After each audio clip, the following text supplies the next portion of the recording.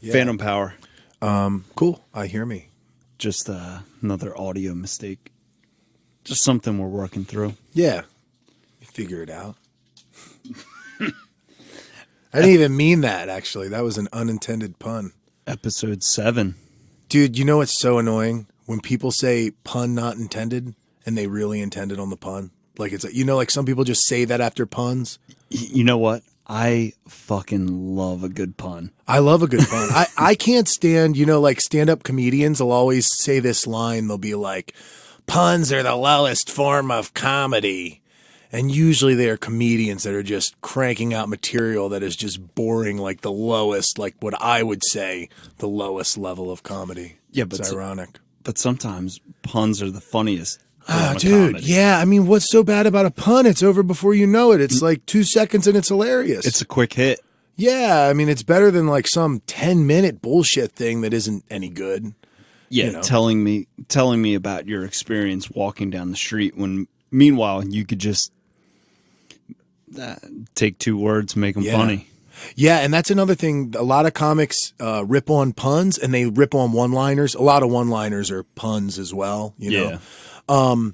And that is just so crazy to me because nobody complains about the fact that you can take one premise like online dating and have like 3 or 4 jokes in it with a little bit of tags and a little bit of this, and then you have a 10 to 15 minute bit. Like there are people who have like 10 to 15 minutes on the most basic topic with the most, you know, normal ideas. And yeah, it's funny. But then that same comic will rip on somebody and be like, man, one-liners, they're easy. They don't. Yeah, call them hack and all that other shit. A one-liner has a good comic and it's 10 seconds of their set and they have to fill, some of them have to fill 45 minutes, 50 minutes headlining. You know, somebody will release a special and it'll be an hour long and it'll be like, that's a ton of jokes, dude. It's honestly, you know, if you're good at being funny, getting into stand-up comedy is much less about being funny, having good ideas than people would think. It's really about grinding, getting out there, making your material be seen, fixing up your material enough. But like, I mean, you could honestly write 10 minutes on 2 topics. You know, I have like a 10-minute set. And you getting the swallows out of the way? Yeah, I know. I have like a burpee something. I don't know what the fuck's going on. I know. Just trying to hold off like making noise on the mic. Yeah, well, you didn't do a very good job of that. The listeners at home can't see me. But you'd be shocked how easy it would be to write comedy that's better than a lot of material that people put out. Do you watch much stand-up on Netflix? Some. How unimpressed are you by some stand-up comedians? You know, very, dude. They're fucking garbage. Some of them. I watched the Adam Sandler special. I haven't seen it. I heard it was good. I know. People told me it was good. And I think it gets the praise that it does because it's Adam Sandler. And that's about it. That's kind of a played out trick, you know? Yeah. No, but I get what you mean. I think Dana Carvey's special was kind of like that. Did you ever see his stand-up? Actually, I did. I had to It's not awful, but I turned it like, off, though. It's pretty fucking bland and like normal. And then I've had friends, and I feel so bad, like, because some friends will watch a thing, and they're like, oh my God, you've got to see the Dana Carvey special. Or do you like, what's that big guy's name? What was that? Did that affect the sound? Yeah, that was my phone. How does that affect the sound? The radio frequency fucks with the cables. No way. Yeah. Dude, that's annoying. You know, sometimes I have so many wires around my guitar and I'm like, God, they got to figure something out here. I guess you just do different coding around it or you get different types of wires, but or like Tommy Sambazo said, you put a fucking Faraday cage around it, which who knows what that is? Who knows? Faraday cage. Yeah, he's just making up shit. You guys know what that is, right? Yeah, it's foolproof, man. Yeah, that looks great. That'll take care of it. Yeah. I did think of one thing. We were talking about brainstorming. I think what you said, like talking about Adam Sandler, something that would be fun to talk about would be like 90s things in general. I recently had a conversation about Adam Sandler movies.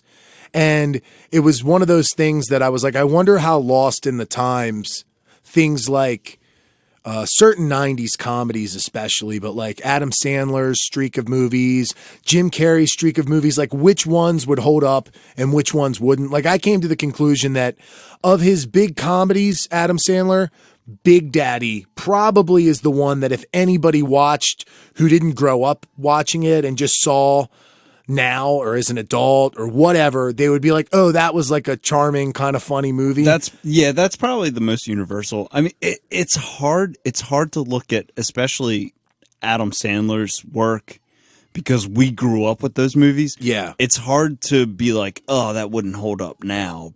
Yeah. For that reason, that we grew up with them. But I think Big Daddy's universal because it kind of fits that, like, yeah, I don't know, like the adoption type deal, and it's not as stupid as the rest. Yeah, it's not as stylized in a way that's just, yeah, like you said, stupid. I would say the other ones are intentionally stupid in a funny way. Now, what about things like Chris Farley movies? Do they hold it? Like the Tommy Boy and Black Sheep are the two that stand out. Does Tommy Boy still hold up, you think? That was a big one of the 90s, right? For me, it does. Yeah, that's funny. I mean, it's slapsticky. Are you talking about holding up in terms of if I still think it's funny, or if, let's say, a 20-year-old now in 2019 would think it's funny? Anybody who didn't see it when it came out, if they were seeing it for the first time now, does it hold up to today's standards? You know, a lot of comedies before the 70s don't hold up by any means. Yeah. Not many comedies before 1970 are remotely funny anymore. I think the Chris Farley movies would hold up because, like you said, it is slapstick, and it like physical comedy will always be funny. And Yeah. it's not like It definitely based- takes a palate for that, but he's good at that. Yeah. And it's not based on a time period. Are we getting dog wine on the mic, you think? Probably, but Think it's a big deal? Whatever. He'll probably chill. You think he'll Fuck chill? fuck it. He'll chill. Diesel's not in the studio today. Yeah, we're down a man. But now that he's used to being in the studio, I'm wondering if he thinks, if I just whine a little bit, they're going to let me in here. No, that's definitely how he is, man. He's smart as shit. Yeah, like today's that. episode will be called Tough Love, and it's because we didn't let Diesel in the studio. We'll just see how it goes. Or talking about puns, we'll call it rough love. Rough Love, I like that. Yeah, because it's a dog. He's out there. He's like, they're fucking talking about me. I hear my name, and they don't want me to whine, but they're calling my name. What the hell? We should touch on the stand-up comedy thing a little bit more too. I think it's interesting because that is something that fascinates me, and it's not something that I fully understand. And it could just be me, but like I'm even talking like somebody like Mike Birbiglia. Yeah. That guy's funny in a way, but there are people out there who are like, Mike Birbiglia is the funniest comedian ever. He's my favorite comic. And I'm like, I watch some of his specials and I'm watching like 10 minutes straight. And then sometimes a joke will wrap up. And then the person I'm watching it with, like if I watched it with like a girl I'm dating or something, or somebody else watches it and we're talking about it, it's like, we agree. It's like, man, this is really not good. This is not that falls under the category of anything else, whether it's movie or music. It's like, especially when you get to the point of having a special on like a platform like Netflix, is that because it's there, people will say they like it just to say they like it. Yeah. And it just falls under that like mass consumption umbrella of, oh, other people like this, so I'm going to say I like this. Yeah. And there's a stigma that comes with it that like, oh, if it's on Netflix, it's got to be good. How could it not? So that's where I think a lot of that comes from. Yeah. I go back to did you watch any of the newer Dave Chappelle specials? Yeah. It's like he said, it's like he's just too good at that shit. Like everyone else sucks, and he's literally that damned good. Like when he's joking about how easy. Oh, when he's like it's easy for him or whatever. Yeah, and he's like, this is just shit's too easy. That's why I'm going to do it or whatever. And he's right. I mean, God, he is way funnier than at least 95% of the comics out there. No, definitely. Yeah, and I'll Google the best Netflix stand-up comedy on, I do that all the time. Like when I want to watch a documentary, the first thing I do is I'll go on Google and I'm like, top documentaries, best documentaries on Netflix. Yeah. And I'll browse them, kind of look them up on IMDb, Rotten Tomatoes, read, I do that a lot. I do the same thing with like scary movies. Yeah, it's important. It sucks when you watch a movie or a TV show you expect to be good. And it sucks. Yeah, man. Sometimes Netflix will do that with shows. It'll look really good, and then you look it up and you realize it just gets reviewed awfully. And it's like, thank God I didn't watch that. We were talking about conspiracies. There's that one Conspiracies. I don't know if that's one that was ranked poorly, but there was a conspiracy show on Netflix that I looked up, and some of them have almost like no reviews. Really? Yeah, and it's just weird, and you're looking at it and awful reviews. It doesn't matter, but yeah, stand-up comedians. Who are the few people that make you laugh ridiculously? Or like, who are your favorite comedians, specials you've seen? Chappelle for sure is one of Yes. them. Bob Saget.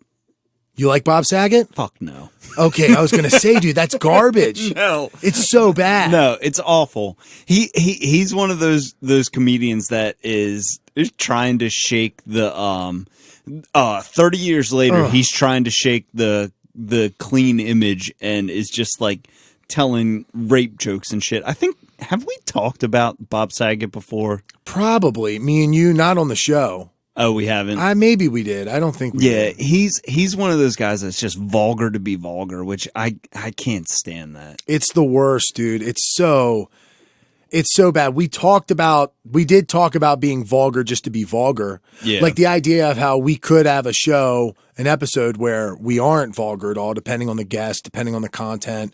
And it might not always go into those shock jockey directions. But if there's humor there or whatever, that's kind of my philosophy.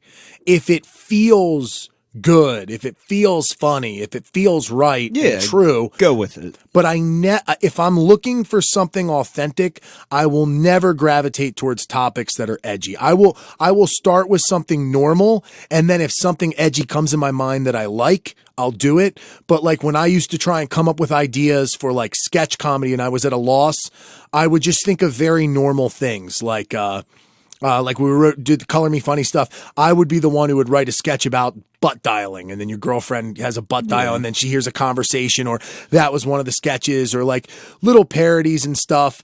One of them was edgier, but it didn't come off initially like that. Like I was like wanting to do a spoof of a TV show, and I don't know what made me think of it, but we did Queer Eye for the Hate Guy instead of Queer Eye for the Straight Guy. And it was a white. Did you ever see that? No. I was a white supremacist going in for a makeover for this like gay guy. Do you remember Matt Mahaffey?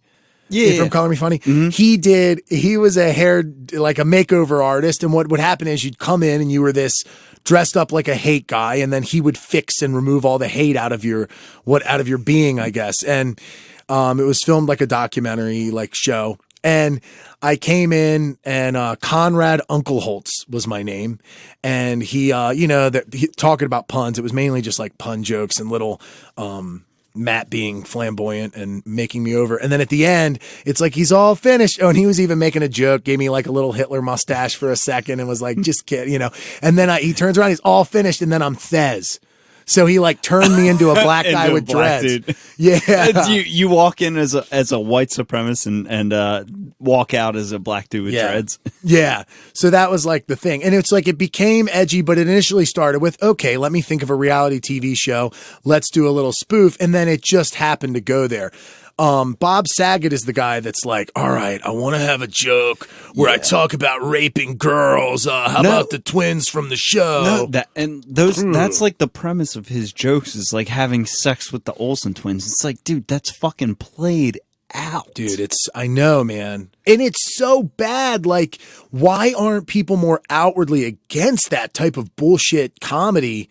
It blows my mind how some people, I mean, not that Bob Saget's like some selling out, well, he's probably selling out shows, but it's not like his specials are renowned. But there are people you watch it, and do you think you're, I guess, have a refined palate enough in stand-up comedy where when you see something that's hack, you really recognize it as being hack? I think so.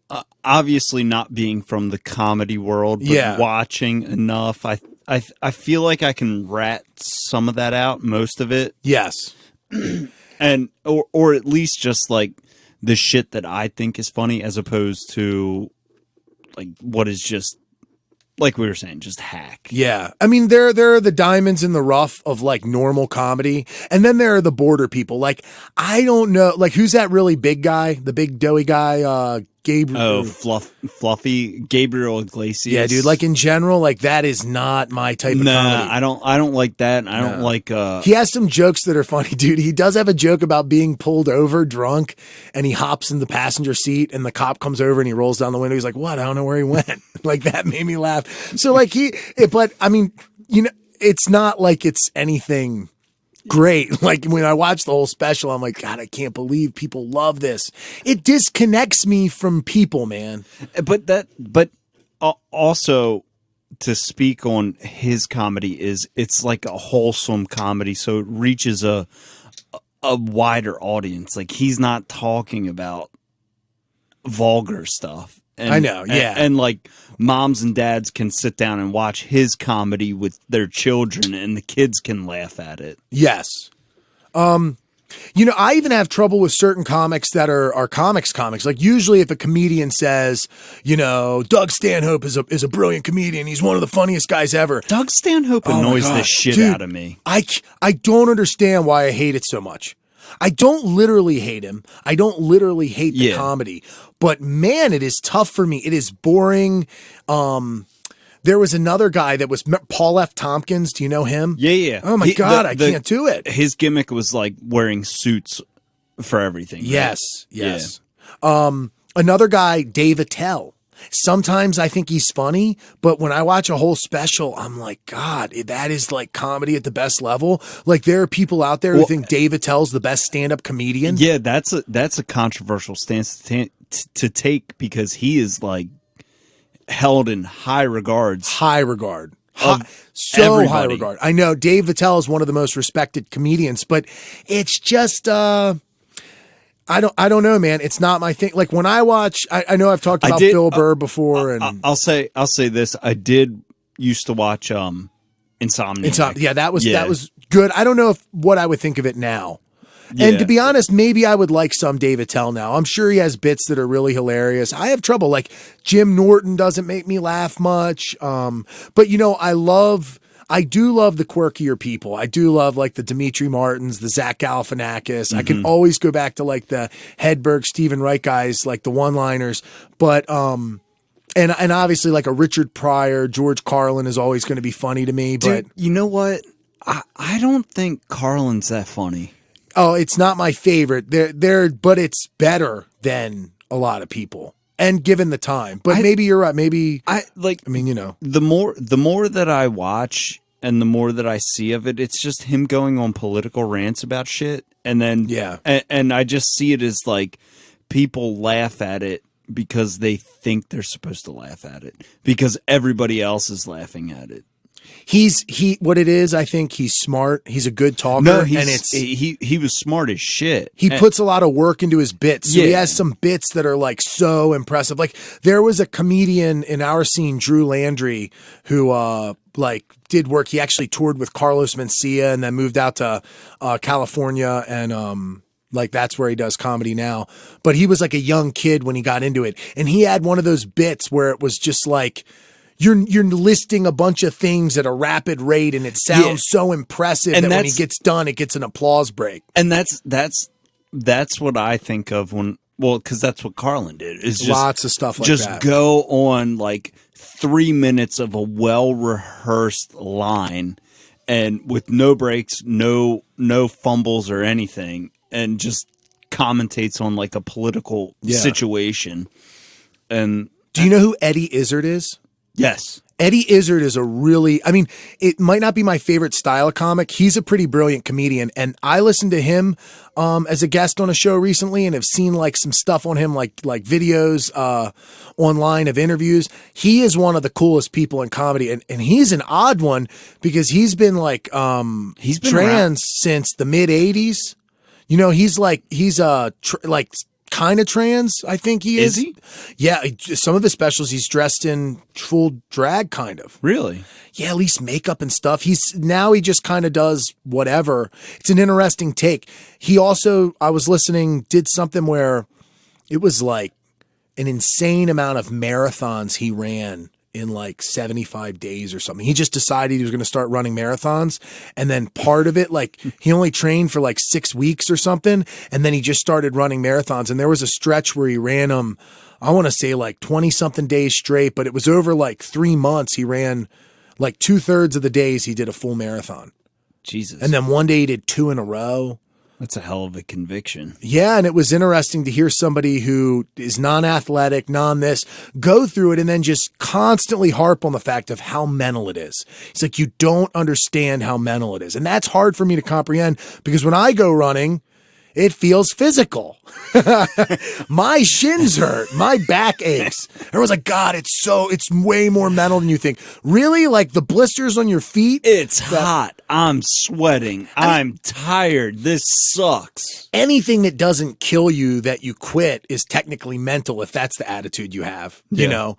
But like at the end of the day, I don't know if running marathons is something that somebody can chalk up. It's just mental, man.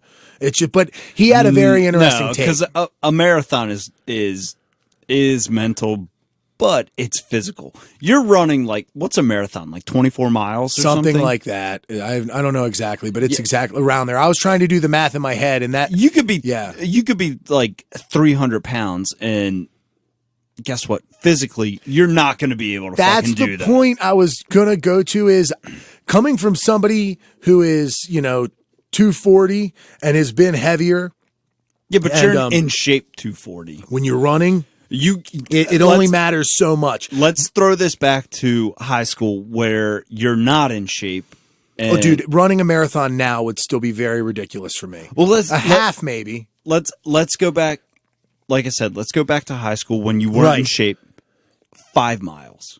Dude, I couldn't run worth a shit. Yeah. I had a lot of issues that would have physical things, hip stuff, flat feet, ankle, all the stuff. When you're overweight, people don't realize, and this is something that a lot of people don't even realize, gym rats, all sorts of athletes, enthusiasts, they don't understand the structure and the types of things that cause issue in your body structure. Like when you think of a house, Hips, knees, and ankles. yeah, all your posts and like all your studs, they're plumb. They're perpendicular to the ground where things are level. But when you have one little thing in that chain, just like if you had a house where something bowed, it would only get worse and then it would cause other issues in the structure.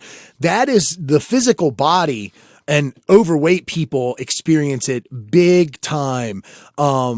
It just causes a structural issue. And then next thing you know, one hip sits a little lower than the other, which causes that knee to turn in more, causes that ankle to turn in more, causes all sorts of stuff in your spine, sciatica. It's very serious stuff. And I think having a lot of weight is probably one of the biggest issues for structural stuff. Because imagine this, let's say you do have something weird like that, and then all of a sudden you're carrying more weight. Like it's one thing if there's a tree trunk that has a bow shape to it, as opposed to being straight up and down. But it's another one, it's bearing more weight. Yeah. If you put 100 pounds on that tree, it's going to be affected quicker and break much faster than if it didn't bear more weight, So bearing a lot of weight, and then every step you take has bad mechanics. So if your knee is angled in, or your ankle comes inward and puts pressure on the inside of your knee, every single step you take is stressing that exact spot. Yeah. And then once it's inflamed, it's going to start affecting your nerves. It's going to start giving you pain. It's going to start causing damage. I mean, that's cool that somebody like Eddie Izzard didn't experience that specifically, but there are some very physical factors with running a marathon. Yeah. Bottom line is a marathon is not mental. Yeah, no. No. It's very physical. Yeah, I guess that's enough. I guess I'm trying to think of who I think is the funniest stand-up comedian. I do like all those people, like the Bill Burr, the couple, like the newest Tom Segura was funny. I do like the new two Joe Rogans, but he was even a guy I was like, God, dude, his stand-up is fucking terrible. For a while, I thought that. And then he came out with his new two, and I was like, all right. And then I found another one I liked. But early on, I was like, God, his podcast's cool, but his comedy is fucking garbage. Yeah. That's what I used to think. It seems... I have no clue because I've never seen any of Joe Rogan's. Oh, check it out. That's stand up. Check it out. You would like the newer two. I think you would really like Strange Times, the newest one. It's hilarious. It just seems like that his podcast would bleed into his stand up, which is natural. It's not what you think. His stand up is very different, and it's not what you think for sure. I think you'd be surprised. All right, I'll have to check it out then. I'm not saying there's not some topics that overlap, but his stand-up, he does not do his bits on his show. He does not like talk about the jokes that he had, and it doesn't come out in the show. And he does have some bits that are like, he's got like a bit that's hilarious about how remember that guy broke into the White House? Oh yeah, he jumped over the fence. Got in, walked in the door, and he was like, and he said there was a woman that was the security guard in there. And I don't know if she was unarmed, but he walks in this door, this big dude, and it's just some like tiny woman. He like bulldozes her over. He's there. And his joke about it is just too funny.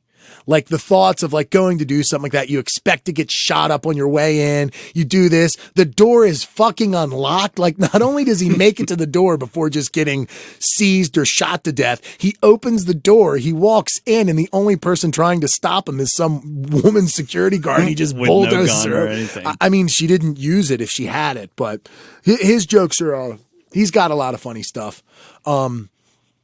It's normal stuff. It's kind of like the other, it's more similar to like Bill Burr, that kind of stuff, with like a little bit more of like a smiley way about him. Is there something, I do think the 90s thing will be cool to go in a little deeper on, like our favorite things from the 90s that are kind of like only from the 90s, like Adam Sandler movies, Chris Farley, Jim Carrey. Those are all cool things that like, what do you want to talk about? Let's do what you do first. I've got a topic that kind of ties into the whole 90s era and like us being children of the 90s. Okay. So I actually wanted to talk about this last week when we were supposed to have our guest in. Oh, yeah. Because he's a little bit younger than us and he could maybe offer a different perspective on the situation. But and I'll say this, I want to get a government grant to do this research and make it a scientific thing, because there's a lot of other bullshit that the government pays for stupid scientific research than this. But and also I will say this too, is that our scientist friend says that this was his idea, but it wasn't. It's yours. It's 100% my idea. I'll go to the fucking grave saying this. So, it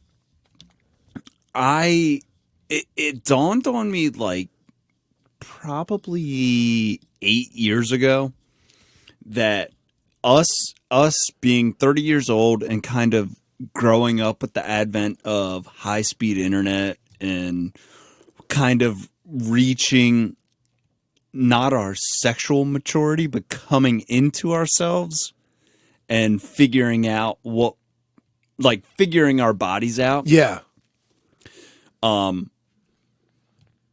Most people, if you're right-handed, started jerking off with their dominant hand, being right hand. Yeah. But then with the advent of internet porn and then high-speed internet, had to switch over to the left hand to use, because they had to use your right hand to control the mic. Not mic, mouse. The mouse. control the mouse with the right hand. So you had to go from righty to lefty because of internet porn. That's what you want to get a grant for. Yeah, you want money. I'd want to do the research to see how many people have Government funded. Yeah. You know, that's interesting. I'm left-handed, so you don't but, can't speak but I've on the switched situation. though because it feels different. I don't know what initially maybe I just read or somebody said, you know, you switch it and it feels different. So I switch it up, and actually as like an athletic hand-eye coordination kind of guy, I figured what would be so bad about getting good like motor skills. I'm very much left-handed. Just dude. being ambidextrous. I can't stress how left-handed I am. And I think especially with like finger things like drawing and things that are, it's one thing to like throw an arm, like things I like, I don't know. No, I really can't throw a ball with my right hand at all. It would be beneficial to learn to do more things right-handed, I think. As an athlete, they say that's good for your mind. I think that's what made me try to do it. I can't remember for sure. I don't know what Hunter would say. I don't know if the mouse thing. I'm sure it. I don't think he would. I don't think there would be a. You think he jacks off with his left hand just because of a mouse? He would have to, because he's probably what, like 8 years younger than us. So he grew up with like high-speed internet and internet porn on the ready. Yeah, but you click play and then you're good. He might not jump around. Yeah, but you got to browse. You have to browse. I know, but that's what switched me from a righty to a lefty. And it took some time to figure out how to work my left hand. Everyone's very different with that. Like, I'm not exactly sure what he would say. He would be like, dude, I don't know, I use my phone. He might have skipped the whole computer thing. Yeah. You know? Well, and that's like, I'm strictly phone now, but I still hold my phone in my right hand and use my left. Yeah. Huh.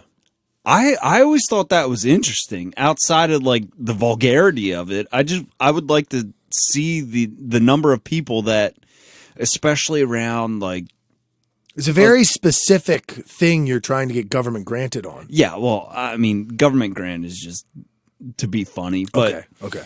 To take I was just that making sure. Yeah. I just wanted to make sure we're on the same page here. to take that poll, I think that'd be pretty interesting to see how many people went from left or right to left. What I think would be a really good way to go about it, instead of coming in with the concept of, I think it would be because of the mouse, I think it would be because of this, I think it would be cool just to do a poll of how many people have switched hands, which one do they use regularly, did they switch permanently, did they go back and forth, and why? Just asking them why in general. Yeah. Would be interesting. I would imagine that not many people before the day, like modern day and age, use the other hand much. Like even if it's, I mean, half the time it's just something you read on the fucking internet anyway that told you to do it. Like that probably is what made me try it anyway, is I read someone say something online. I did it out of necessity. Because of the mouse? Yeah.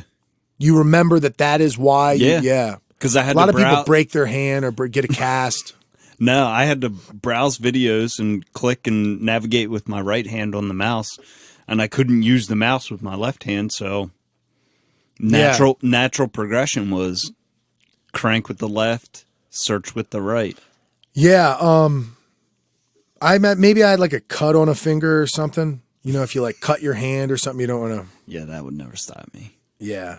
But that's interesting, man. I don't know. I always say this, you know, it's not that it's literally weird, but that type of thing, especially masturbation, even more than sex, because some people open up about their sex life with each other, all that. Masturbation is one of the most private, secretive things that you're like you do not talk about. You don't want people finding out, that you don't want to be caught in the act. You don't. Yeah. That is like such a weird thing that people do all the time. And it's weird because you'd feel better getting caught having sex than jerking off. Yeah. You'd be more okay with that. I think so. I mean, I don't want to be caught doing either too much, but yeah, I would feel much less ashamed Just a few times, not of too much. being caught having sex. You know, that's not as shameful. Yeah, getting caught yeah, that whole ballpark in general is such a secretive thing, but people definitely open up more about sex than they do jerking off, masturbating. I mean, I've never had a guy even talk about, like, they make like the sex toys for men and stuff. I've never used one, but like pocket pussies or whatever. I've never really heard a guy except for Mike, my ex stepbrother. He's the only one who ever talked about one around me, but he talked about all kinds of shit. He was saying how he blew a dude, whatever. No, that's and he was like, it's different. Not, that's different than a sex toy. Did he say it didn't make him gay? What did he say? I don't know. I forget the story, but I think the gist of it was that he wasn't gay because of it. Yeah, it's not that big of a deal. And then he but he turned still it ended around. up with a dick in his mouth. Didn't he turn around and try to make it say something along the lines of, "Oh God, don't tell me you never," or like he made it sound so fucking normal. This is the same guy who took a shit in somebody else's lunchbox. Yep. But he put a plastic bag in there, right? So that makes it okay. Yeah, he's like, "Oh, come on, I put a plastic bag, man. Why are you bitching? It's no big deal." So the next day you can still put your turkey sandwich in it, and it's fine. Dude, are you kidding me? That is insane. It's bizarre how people are ashamed of sexuality in general. It's one of the, I mean, in nature, animals eat, they sleep, and they have sex. Eat, sleep, and fuck. Those are the three primal instincts. Yeah. I mean, that right there, I mean, that's what dinosaurs did. All they did. Well, dinosaurs weren't real. Yeah, not real. Is that a conspiracy you've gone down? Nah, dinosaurs were real. Okay. Or they weren't. I don't really give a fuck. I imagine they were real. How about like you've heard the stuff about how dinosaurs might have all been covered in feathers and stuff? Have you heard that? Loosely, because they say that like birds are descendants of dinosaurs type deal. So yeah, I don't know the specifics, but yeah, it's hard to say because if the skeletons of dinosaurs that they find are real, there's no skin or feathers attached to them. Yeah. But it that does kind of correlate because they say that like falcons and hawks and shit are raptors. Huh. And then like obviously if you're familiar with dinosaurs, raptors existed. So there's could be a relationship there. If you could just be a fly on the wall type time machine, not time machine where you actually have to like walk around and risk your life, but like if you could just see a documentary or like real footage of something in history, what would be like the big one? Like, would you want to go back to would you want to see dinosaurs? Would you want to anything very specific that stands out? I'd like to go back to the Big Bang. No, I'm just kidding. No, I want to see that. Take me back to the beginning. Just before it. Right before the Big Bang. Yeah. Where there was nothing. I'm very interested in BBB. Wait. The Big Bang was when the meteor hit? That's the Big Bang? I think the Big Bang. The Big Bang. The Big Bang. I don't think it was a meteor. I think the Big Bang is what supposedly started it all. It's just shit blew up, and then that became. Is the Big Bang the theory on how the universe got started? I thought it was how, or just our galaxy or the Earth. Hold on, let me. Is how universal is the Big Bang? Is it like Earth? No, dude. I think the Big Bang explains. Maybe not the universe. Well, see, the problem is when you're Googling. When you Google Big Bang Theory, it comes up with that stupid fucking television show. Everybody Loves Raymond. No. Yes. Top billing. God damn it. I fucking hate this goddamn show. What is the theory of the Big Bang? Okay, so the Big Bang Theory is an American television sitcom created by Chuck Lorre and Bill Prady, both of whom served as executive producers on the series along with Steve Molaro. That's the Big Bang Theory. Cool. Nice. Science. You got it. You got about the other one. Yeah, Lesser popular, lesser known. the lesser known one. Just remember when you're getting facts from us guys, it's good to run it through the Google filter because you're getting facts from people who don't even know what the Big Bang is. So just putting it out there. That's how versed we are in actual real science. The fucked up thing is you probably have to Google like the real Big Bang Theory. No, dude, I think you can just say, what is the Big Bang? All right, Or something. Let me try. What is the Big Bang? What is the Big Bang? What do we got? A rapid expansion of matter from a state of extremely high density and temperature that, according to current cosmological theories, marked the origin of the universe. The universe. Okay, dude. so it started the universe, not the Earth. Yeah, dude. That's what they think. Had nothing to do with a comet and dinosaurs. Yeah. I would like to go back to some sort of I would like to go back to pyramid shit. I want to see pyramids being built. I want to see that. I want to see Egypt. I want to see that kind of stuff. Yeah, that'd be cool. Yeah. Like, see all the slaves making it. Whatever it is, Or I the aliens. just want to see it. I just want to know.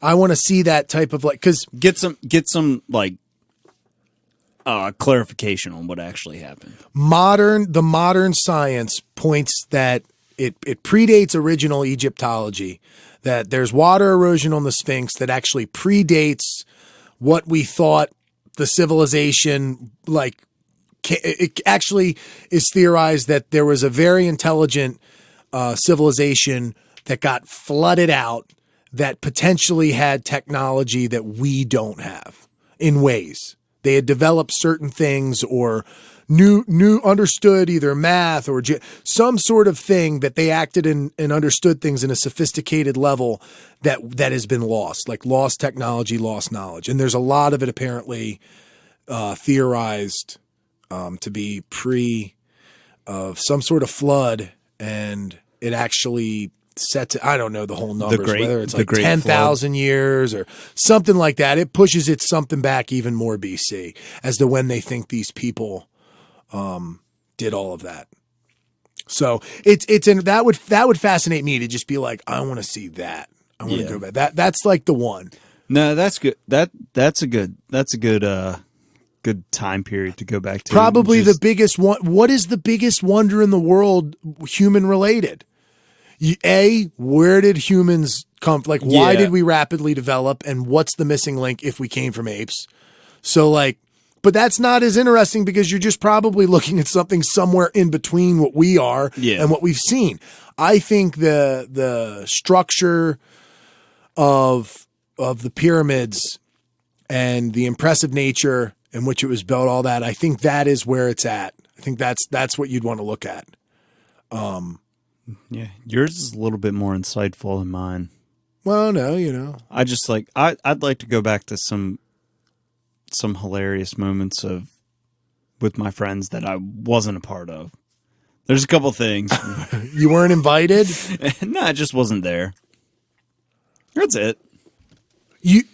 What does that mean? You want to go back to 1998 for that birthday party you missed? No. There's some stories that I've heard of some funny things that have happened between friends of mine that I wasn't there, and okay. And I'd like to go back and see that. And that's about it. Well, that's very fascinating. You know what? That's mine too. I want to go back. Whatever you want to see that is more important than that, I'm down. You might just be more insightful than me, Mike. No, well, hey, it's whatever you're interested in. And I mean, it'd be funny. There are things that I've heard about that would be cool to see, but that's just one that makes everybody scratch their heads, and we don't know. The stories that you'd want to see, right? What it'll look like. They're the most fascinating. I have no idea what this is going to be like. Whatnot would be that it would be cool to go back to Native American type stuff. Old culture. No, I would legitimately love to go back to those time periods or places in time where there's only a few handwritten accounts of what actually happened. Yep. And as you know, stories can get skewed over time. So to be able to go back and see that and get a first-hand account of what actually happened would be amazing. Yeah. Can't forget Jesus. Yeah. Can't forget Jesus. Go back and see him. That'd be fascinating. Would you throw rocks at him? No, I'd be like, you know, dude, you're just hang in there, man. Hang in there, kitty. Yeah. You're going to be, trust me. Don't worry. Easter's coming, my man. You have cemented a place in history, my brother. No matter what happens to you, all the hardships you're going to face. Guess what? You're You're coming good, back. dude. You're coming back. You are the one. You are so much the one that people say you and God are one and the same. When people say Lord, you don't know if they're talking about God or Jesus. It's my hard. Lord Jesus Christ. I mean, It's what about my hard Lord, my to God? tell. It's hard to tell. Is my Lord Jesus or is my Lord God? Or are they one and the same? Are you asking me or are you making a joke? No, I'm not making a joke. Quite literally, in Christian, when you're just talking, you refer to Lord, and some people say my Lord Jesus, and then when some people say ask the Lord this, they're talking about God. Like Jesus was such a crazy, he's the son of God. He performed some miracles. I mean, he didn't make this shit. He didn't make us. He died for us. That's cool and all, but I could die for us. I could say, you know what? I'm going to kill myself for everybody, man, or I'm just going to sacrifice. I'm going to stand up for something great, and I'm going to take all of the sins of everybody. I'm just going to do it. I'm going to try and perform some miracles, and if I die doing it, I'm going to die for everybody, man. And then people get my Lord Jesus, my Lord, my Lord Mike. Yeah. My Lord Mike Turpin, Jesus Christ. More people worship Jesus than God, or as many in Christian culture. It seems like thank you, Jesus. Thank you, Jesus. I love you, Jesus, so much. Well, because God is universal, so like every religion has a God. Yeah. So that's a universal term, but isn't like Jesus is synonymous with Christianity, right? I mean, yes, but it's the Son of God. But every religion has God. Yeah, but some people have Allah, some people have different gods, Brahman, Shiva, whatever the fuck. They don't just say one and it means the other. You know, I don't know how that works. I don't either. I just think that's interesting. Have you ever noticed that? That's an interesting thing to me. No, I have thought about that actually. When I hear people say that, it just makes me, I don't get, I mean, it's not being disrespectful. How in it's that way, like but interchangeable. yeah, I'm really not making a joke. It's a confusing part of that for me. But I would go back and I'd be like, Jesus, dude, you just fucking keep trucking, dude. People are going to be all about you, and dude. they're going to be drinking your blood and eating your body. You're going to be more popular than God. God is, you cast a heavy shadow, my man. Hey, you're going to be bigger than the Beatles. Yeah. Yeah. All of them. Not just one. Solo careers, all of it. Yeah, all four of them. You're bigger than music as a whole. Bigger than Wow. cigarettes. I'd be like, damn, that's so cool. Thank you. I'd be like, hey, anything, Jesus. And I'm out. Get my fucking time machine. I'm out of here. See you on Sunday, son. Yeah. Let me suck some of that blood. Get a little buzz. Vampires would have loved Jesus. You bite into the skin, oh, this tastes good. You start sucking some of that blood, get a little fucking... They get the body and the blood at the same time. Dude, just they're fucking, not only are they replenished and feeling great, they're feeling drunk and like, who doesn't like a little wine buzz? The fucking Holy Spirit. You like some wine? Me? Yeah. I love wine. Red wine? No, actually, wine? white. I fucking love like kind of sweet, soury, not super dry red wine. I don't like red wines because of how dry they are. I don't like you should try. Well, have you ever tried something that isn't very dry, like sweeter end, like blackberry wine or raspberry wine or? No, I've really only had like. You probably had like sangria. Well, yeah, It's I've a had little sangria. spicy. I don't like sangria. It's too sweet, gives me a headache. Okay. But white wine like Chardonnay or Pinot Grigio. Okay. Yeah, I don't really fuck with the reds too much because they're too dry for me. I've drank some that are not dry. Like I don't think you would think they're dry. But it doesn't mean you would like them. Do you like the sweeter ones? Of red wine? Yeah. I mean, I really like red wine that tastes like almost like like it tastes like a sophisticated fruit juice to me. I don't know. Like I like ones that are pretty fruity, sweet taste. Yeah, I can't do the sweet ones. Yeah. But I don't think you would think what I drink is dry at all. What but do you would think drink? it's You sweet. going to tell me what you drink? Well, You're I mean, just it's gonna not that keep, popular. They're like local. It's like Sweetlands has some. It's like Zingberries one. There's like a blueberry. They have a blueberry wine and a raspberry wine. Those are both really good. There's another one. It's like Patty or what the hell's the name of that? Golly Whopper. You're pointing Black. you're pointing at me like I just know talk with my hands. what like I know what St. Golly Michael's, Whopper. I think, is the name of the. I don't know if it's a brewery or wine. St. Michael's maybe winery, and they have a Golly Whopper, something like that, black and a red. And I like the black a lot. It's a blackberry wine, and I like fruity wine in general. Yeah, never done the Golly Whopper. I like stuff that's around 10 to 14%. Like I don't like really low percentage. Like that would be like super dessert wine where it's just like 6%, and it's like the sweet wine. What the fuck is it called? Shit, I don't know. Yeah, it's all good. Not Moscato. I don't know. Maybe it is Moscato. I don't know the main categories for stuff. Like I know what a sangria is. I haven't really versed in drinking. So Yeah. But I do like a glass of red wine. Rarely do I have two, no more than two. I mean, it's a pretty full glass and I feel like pretty good from it, but I do like it with dinner probably every other night, every few nights. Yeah. Red wine's good for you. It's got the Yeah. antioxidants and stuff. That's what they say. It's good for your heart. And there's actually it's like a point in which alcohol goes from being an anti-inflammatory to causing inflammation. And for a bigger dude, we're probably at like the 2 to 4 drinks is when it goes from being positive to negative as far as some physical effects when it comes to bloating, feeling inflammation, negative effects the next day, upwards to 6 drinks even. Like some people, it takes about 6 drinks before there's a distinct negative effect. Outside of maybe causing physical dependency if you were to do that daily. Yeah. But in general, it's fairly healthy in ways. And the way alcohol is unhealthy, it actually is healthy until you reach a certain threshold of blood alcohol level.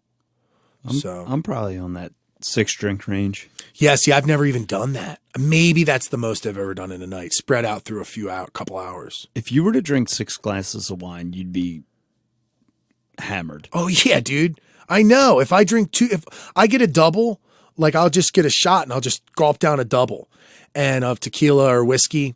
And that gives me a solid buzz.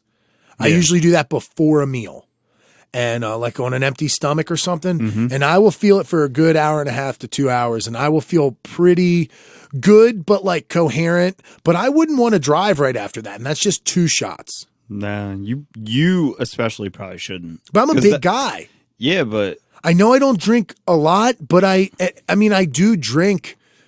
I do have something like when I go out to the open mic on Sundays, I always get a double when I get there. I just do. a shot. Yeah. I just get straight. I get straight whiskey or straight tequila. Warm. Well, ooh, warm. Yeah. I like it. I like the burn. You know what? I'm used to like, I started doing it in the winter, like warm whiskey, especially because it's cold out. And then if you're a little stoned or something, you get really cold. I'm very sensitive to the cold when I'm stoned. So like whiskey was always this way. And I've always said that a couple shots of whiskey or a shot or 2 of whiskey with smoking weed is like an edible. It gives you like a little bit of the body buzz, like the relaxing. Upper downer, warms you up. Yes, but it doesn't run the risk of really fucking you up the way an edible can. Yeah. So it's like a safe way to play it. There's a synergy too. That's what I was about to say. They both moderate each other. Yeah, and there's a literal synergy. Like if there's alcohol present in the bloodstream, THC becomes so much more bioavailable or strong. A lot of things like that have a good synergy. Oh, so alcohol makes weed more potent? Absolutely, yes. Oh. As a matter of fact, the edible that I do, like when I use edible, is alcohol tincture. So you just soak the weed in alcohol, and then you just strain it, and then you can evaporate some of the alcohol out. So, but you're getting to the point where, you know, a milliliter or two would be a great, like a good dose. Like you wouldn't want to do more than a milliliter if you don't regularly ingest, and it would give you like a good, consistent buzz. But when you put it into butter or oil and then cook it into food, I mean, it's so spread out and chunky. It's like you put sugar, you put this, you stir it and you do all that, but how mixed in is it? Like not every ingredient is completely mixed out at the perfect ratio. So if you make a sheet of brownies and you cut up into 16 little squares, one brownie's going to be stronger than the other. Way stronger. Yeah. Because it's such a variable in, you know. But if you melt the butter and use that as opposed to like a stick of butter, then the ratio would be spread out a little bit more.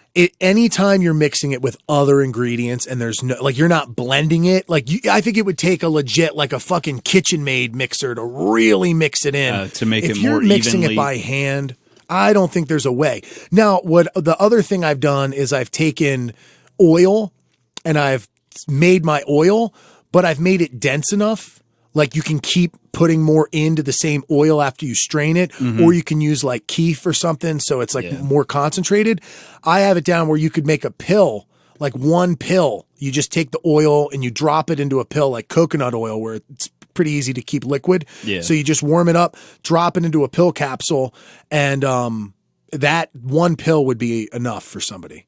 It's just So that's a very convenient. Concentrate it. Yeah, and that to me makes sense. But it's funny, like when you tell people who do edibles, like, man, you got any edibles? You know anybody who's got edibles? It's like, actually, man, you want like a couple weed pills? They're like, oh, I don't know about that. I'm like, no, dude, this is better. Yeah. It's consistent. You know what you're getting. I don't know, dude. It sounds sketchy. Is it really strong? No, I'm telling you, I'm not going to give you more than you would want. It's funny how people looking for drugs would say something that's sketchy. It'd be one thing if it's like, it'd be one thing if someone was asking you for edibles and you're like, no, man, but I got this fucking heroin. Yeah. But if like they're asking for edibles and you're like, yeah, well, I got this thing. weed pill. I just didn't cook it into anything. No. And then when you're cooking it, if it gets to certain temperatures, it can kill this, it can do that. There are so many reasons. And then the food can go bad. Like an alcohol tincture stays good forever. Yeah, alcohol preserves anything. Yeah, it doesn't allow any moisture or bacteria to grow. Also, the most like alcohol is so much easier to absorb. It doesn't have to go through the stomach. It doesn't have to get absorbed normally, which a lot of times you can have loss of absorption depending on gut health, passing through the liver, etc. And also you don't have to wait an hour and a half. Like if you do an alcohol tincture, you'll start to feel it almost immediately because some will just go right into the bloodstream, just like alcohol, and it pulls the weed with it. I was going to say, I was going to ask, does it attach to the alcohol, which goes right into the bloodstream? So it's like you just said, it's just immediate delivery. Anecdotally, absolutely. I don't know the science behind it. I believe once something is extracted into alcohol, it works. I mean, because even though weed is an oil, once it's extracted into the alcohol, it's not like it separates in the jar. It's not like there's a layer of like weed oil and a layer of alcohol. Yeah, like if you were to put oil and vinegar. It's going to be bound to the alcohol. Yeah. So if the alcohol makes it into the bloodstream, most of the weed will. At that point, it comes down to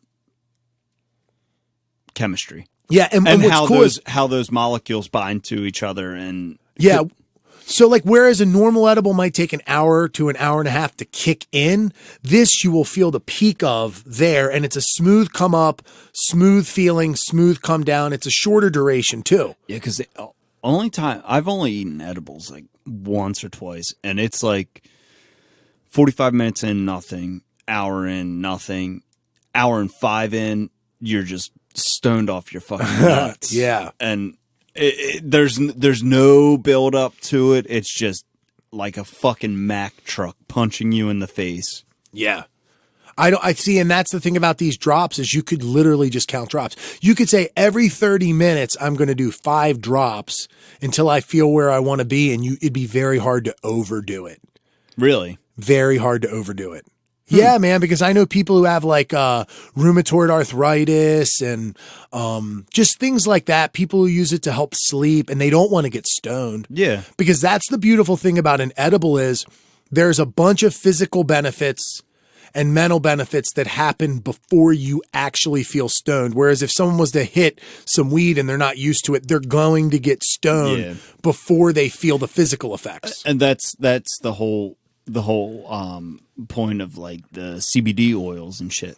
So if you're taking the edibles, you're still gonna get high, but you're also gonna benefit from the medicinal aspect of cannabis. And you're getting the full spectrum of medicinal benefits of all of the cannabinoids. See, there are not many studies specifically done on CBD that make it hold up to the same way as when you put all of them in the running. When you just do most of the tests that CBD piggyback off of are actually done on things containing THC.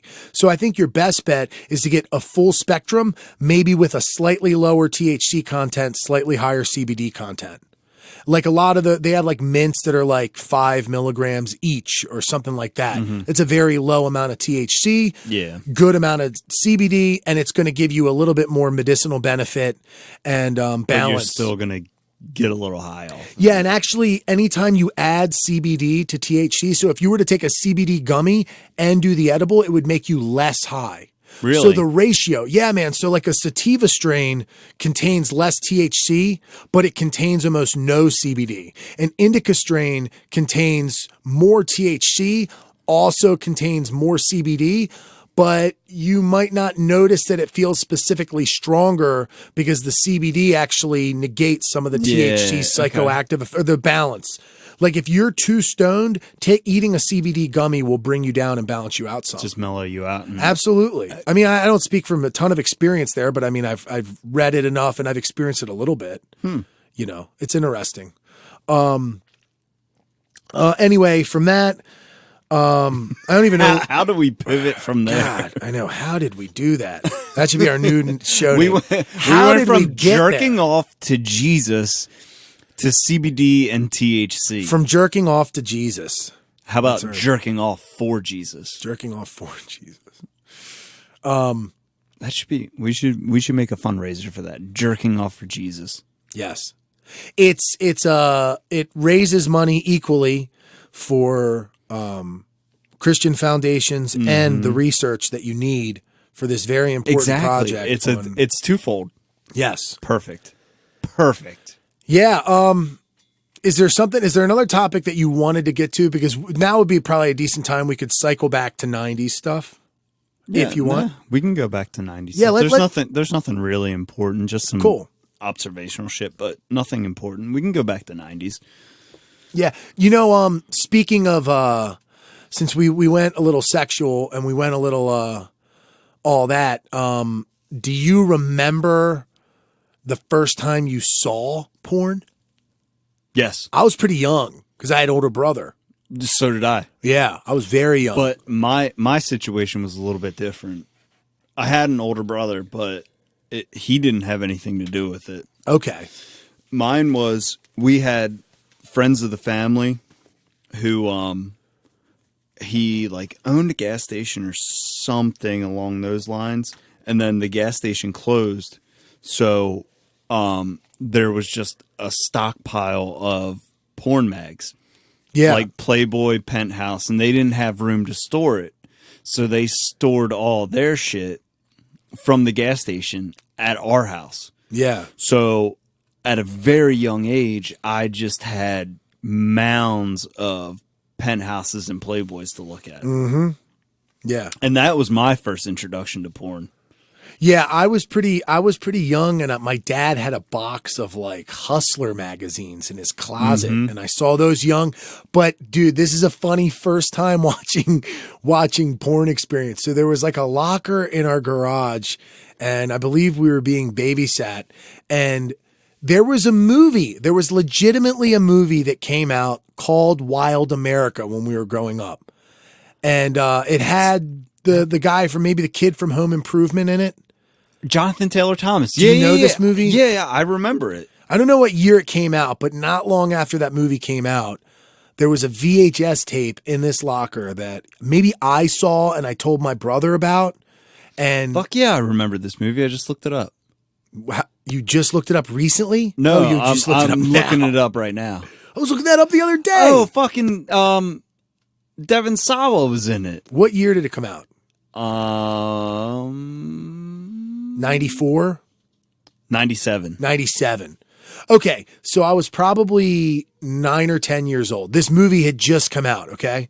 And all I know is there was a tape labeled Wild America, and it was like written with a marker, and we put it in, and there was just a dude and a girl. I can remember like what the scene kind of looked like. Was it like hardcore? Hardcore. I had never seen it like that. By that, I had never seen it the way that, like that was like, I had seen magazines and I got it, and I guess I knew what sex was. Like I had seen, but I guess in like the Hustler magazines there was hard. I don't know if the Hustler magazines actually had Hustler dick and pussy, but you could see full fledged. Hustler was hard. Hustler was hardcore. As hardcore as it gets. Like still images of actual sex? Okay. Penthouse was like that too, and then Playboy was soft. Playboy was just naked chicks. And I had probably seen some soft stuff before then, but I remember just thinking, I'm about to watch this movie that I had been dying to see, and I saw my first actual hardcore porn. I was like, what? I mean, as vulgar as this conversation may seem, like that is a very pivotal point in a young boy's like coming of age. You're like you're either told that it's off limits to talk about, it's inappropriate to talk about. It's not easy to talk about though. I'm not doing it because I think it's like it's funny, man. We'll talk about porn and all. It is interesting and it is pivotal and it can really affect people's lives, because if I was 5 years younger, who knows what would have happened? If I had seen that younger, and man, I was such a curious kid, unlike people. Like, you couldn't hide shit from me that was in the house. Like, I would know all my Christmas presents. I couldn't help it. I just was nosy with stuff, and I wanted to know. And if you would have gave me a phone with Google when I was 6, I don't know where I would be now. You'd be a fucking serial killer. I don't know, man. It would be too much information too early. You probably would have killed 30 people, and no one would ever know who it was. Yeah, dude, I don't fear information at all. That's what made me not afraid of something like DMT with something like that. It's like, this is information. Like, this is like Googling shit to me. This is like finding out stuff. Like, it's just interesting. Like, people are afraid to Google things or whatever, or explore. I was always as curious as could be and always trying to figure shit out. I do not know what would happen if I could just look up anything I wanted younger, because I know what I did. I mean, I was the kid who had saw some shit when I was like 11 and 12, 13 that you shouldn't see. Like, what was Rotten.com? Oh my God. All that shit, man. And Rotten.com and Sublime.com. Yeah, I saw stuff that, I mean, I'm detached from it now in a way that if I saw stuff like that now, it would really affect me. Like, I don't want to see someone get run over by a fucking train. But when you're in middle school in the early 2000s and the advent, really, not the advent, but really like the coming of age of the internet. Yeah. And you see a dude getting their head chopped off. It's really not that big of a deal. It's still kind of like, oh shit, this is crazy. But like you were saying, if I were to watch it now, it would affect me 10 times more than 15 years ago, 15, 20 years ago. Yeah, I avoid explicit content. Like when people share really graphic stuff, or if there's like a warning, or that there's that guy, there's like some Instagram profiles, and then somebody will share, like you know people get severely injured. Actually, I just had this thought. You know why? Like you and I avoid that kind of stuff is because we've already seen it so early at such an early age. Maybe that's like a subconscious thing that's going on, that because we grew up with Rotten.com and Sublime.com, because actually Sublime had porn on it too. Yeah, I would say that I'm a little more sensitive as far as like empathy goes. Like I can feel for other people. Yeah. It's hard. It just makes me cringe in a way. And I consider things I didn't consider back then. But I don't know. It's weird. It's hard for me to watch people getting, killed on film. It's just crazy. Yeah. There was the video of the dude killing killing. himself on live TV. Which That one? Bud Dwyer. That's what that Filter song, Hey Man, Nice Shot is about. This guy gives a political speech, and he's like, he was going to go to jail for something, and he gives out, he's like, this might offend people. Something about leave the room if this is, I don't know what. But then he has like a thing for organ donor information. People don't know what's going on, and he just pulls out a gun and bites it and just, boom. Yeah. I didn't see that. Yeah. Yeah, there's a movie called Network that is loosely based off of, I think, somebody who killed themselves on radio, on live radio, some woman who did that. The movie Network's great. No. The woman was on live television. Okay. She killed herself on live. She was like a newscaster. It was in That's like what this is. It was in like the 80s. I think this is a movie that is based off that thing. It's like loosely, it's inspired by it. Basically, there's a guy who goes on, he's on a news radio thing, and he's like an anchor, and he says that the next week he's going to kill himself on live TV, and it gets the most ratings ever. So it's this like, it's actually kind of a lost movie, but I feel like I've watched that. it's commonly, there's a line in it where everyone's opening up their windows and saying, we're mad as hell and we're not going to take it anymore, or whatever. That's like a famous line from it, but maybe you've seen it. Mrs. Green recommended it as a movie, the drama teacher in high school. And that was a great one. That's not a movie that's talked about much, but I think it's pretty well known. Okay. Other 90s things in general. What was like big for you? What were you into when you were like 10 to 13? Like, were you into like lame music growing up? Well, we've kind of touched on this in previous episodes. Like early though, like before like, okay, so I'm not talking what did you like Blink 182 and all that shit. I'm talking before that, like when you were a kid. No, when I was a kid, I grew up in like most people, I grew up in a classic rock house. Okay, so good. we were listening to like Led Zeppelin, Steely Dan, Stevie Ray Vaughan, like all the.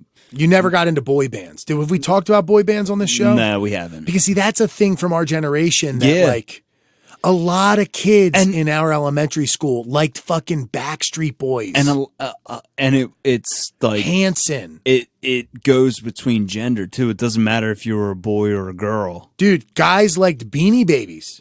Yeah. I mean, I had some Beanie Babies. I'll say that in elementary school, I had some of that shit. But like, I never got into super, whatever you want to call that kind of music.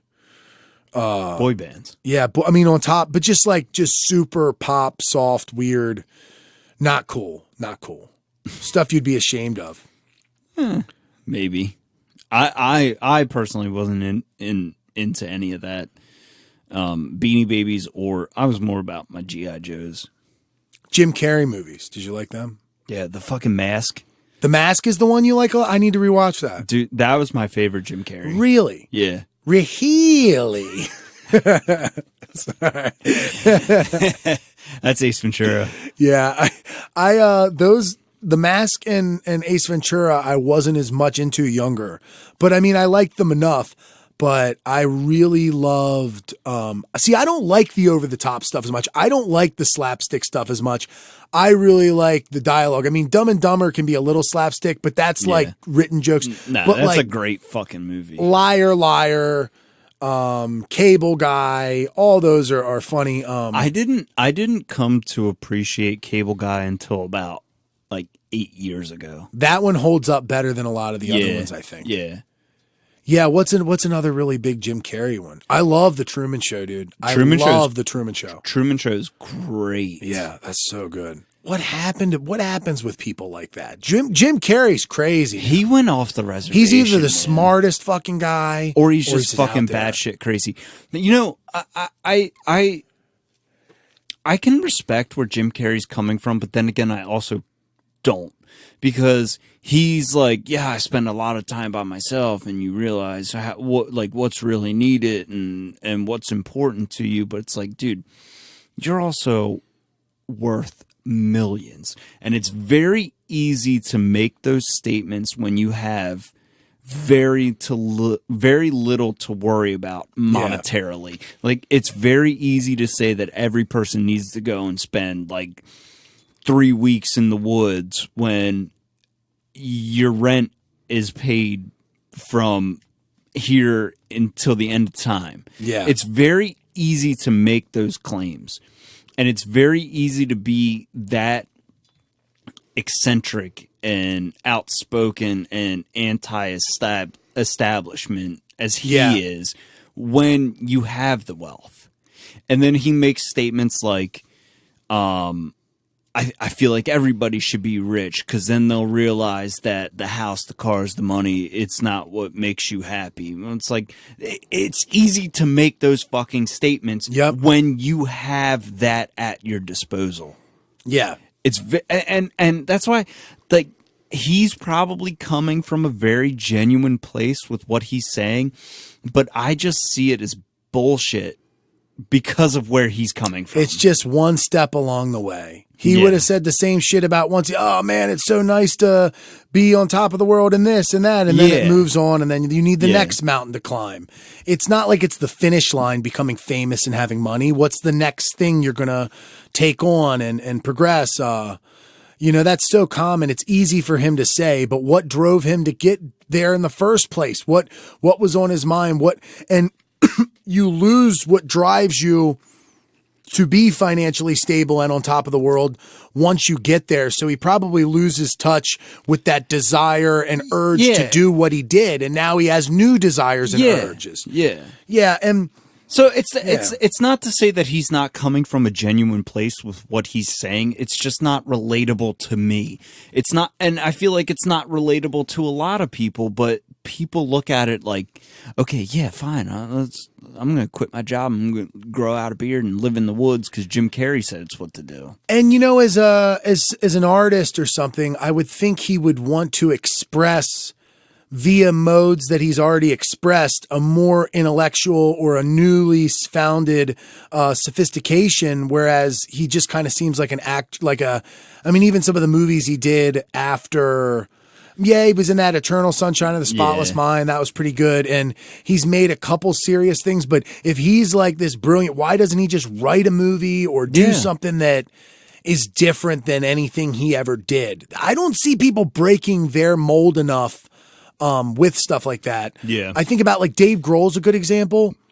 You know, he's considered probably the biggest rock icon in our day and age, like the most prolific modern rock star, and will be looked upon as probably post mid 90s or late 90s till, and for 10, 15 years on top of rock. He's by far the most successful rock star.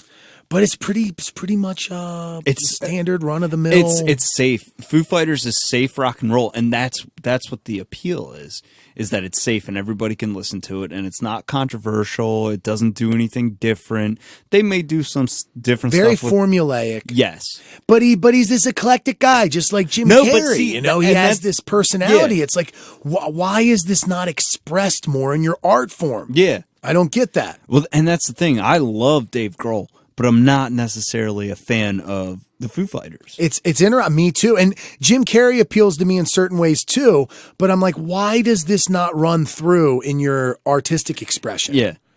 Why are you not more like that? Why are you growing a beard and giving all of these like existential lessons? But well, he did make Dumb and Dumber 2. I was going to say, 20 years ago, you're using your ass to have a conversation. Where's the fucking disconnect? Well, dude, he like his most recent big film, right, was the Dumb and Dumber sequel, which was just Dumb and Dumber. Fucking God, man. Terrible.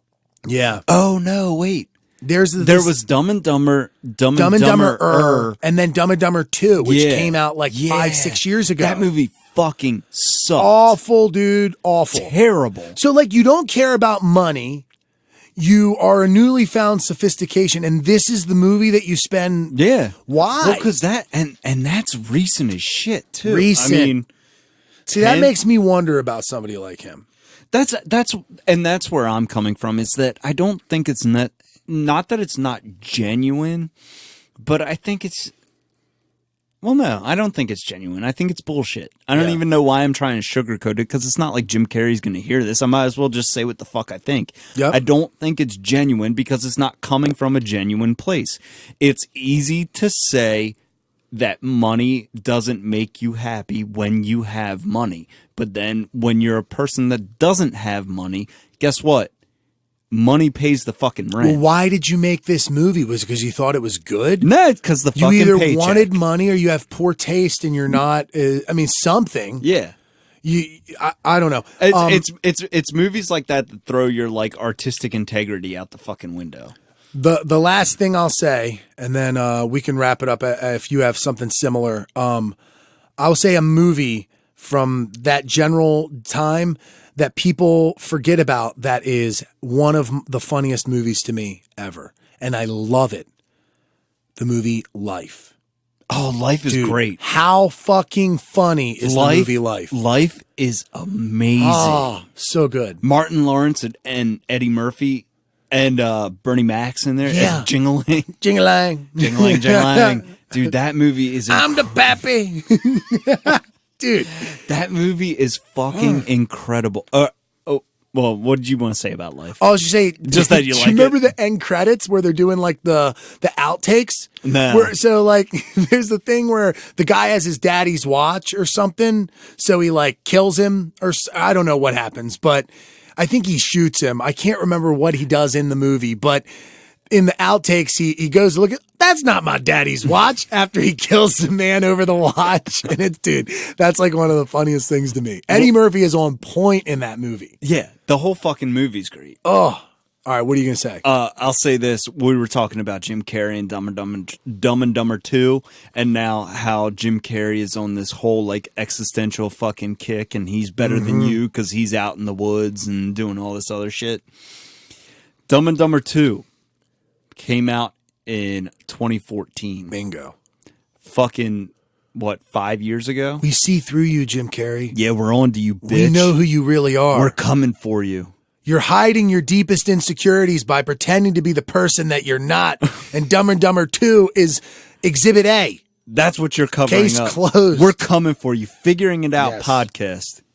Yes. We figured you out. 30% on Rotten Tomatoes. That's not bad. It's not passing. But a third of people thought it was almost a third, you know. If a third of the people who listened to our podcast liked it, that would be okay for us. For our podcast or for Dumb and Dumber 2? No, I was just saying if you wanted to use the same number of like the same Oh, if we rating, had no. if we had a 30% rating, I'd be fine with We'd be that. okay with that. That'd Yeah. be great. You know, we're 1 just and 3 getting started. Yeah. Cool. Oh, actually, you know what? I heard that the 7th episode is like the hump to get over for podcasts. So here we are at the end of it. Yes. Cool. We made it. Hey, we'll see you next week. Maybe. Yeah. Who knows? Cool. All right. That's Till it. episode 8. Bye. See ya.